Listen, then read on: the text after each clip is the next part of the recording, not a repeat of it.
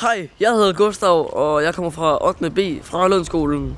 Og jeg har skrevet en artikel om iPhone 6s og Apple Watch. Det var rigtig fedt at arbejde med det her. Det var lidt noget andet end den almindelige skolegang, og det var en meget speciel undervisning, så det kommer jeg godt lide. Tak for morgenmaden, mor. Jeg har lært at bruge IMAX og Adobe InDesign. Så synes jeg, det var rigtig fedt at være her, fordi man kunne bare freestyle. I skolen der skal man sidde på sin røv og bare lave ingen skid. Jeg synes, det er rigtig fedt at være her. Hey Simon, er du klar nu? Hvad synes du om ugen her?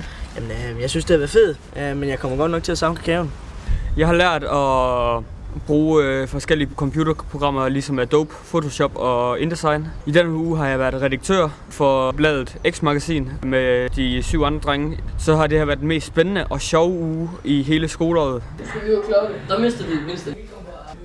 Jeg synes, det har været rigtig fedt at være herinde, fordi vi har fået en hel masse frihed. Og så synes jeg, det har været rigtig fedt at få en anden vej til efter skolegangen. Det har været en god oplevelse at være i praktik sammen med Michael. Når man er herinde, så lærer man at bruge sin tid fornuftigt. Man lærer at bruge tiden på det, man skal, og ikke fjolle rundt. Jeg synes, det har været mega fedt, fordi vi har haft meget frihed. Vi har lavet næsten det, vi vil, og vi har lært nye ting. For eksempel InDesign har lært at bruge, hvordan du beskærer billeder og sætter tekst ind oven i ting. Jeg synes, det har været mega fedt hele ugen.